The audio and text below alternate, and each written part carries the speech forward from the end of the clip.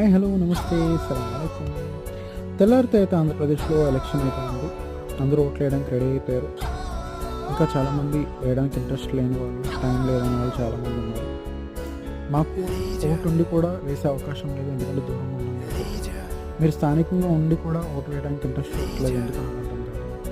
Vote అనేది భారతదేశ రాజ్యాంగం మనకిచ్చిన గొప్ప అవకాశమే కాదు, అధికారం కూడా. ఇటువంటి అధికారాన్ని ఉపయోగించుకొని మనల్ని ఎవరు పాలించాలి, ఎవరైతే మనకు సరైన నాయకుడు అని ఎన్నుకునే హక్కు ఓటు ద్వారా మనకి కలుగుతుంది. కాబట్టి అటువంటి ఓటు హక్కును ఎవరు వదులుకోవద్దు, దాన్ని వృధా అని అనుకోవద్దు. దయచేసి ఓటు వేయండి. చాలామంది గంటలో గంట సేపు నుంచోవాలని బాధపడతారు.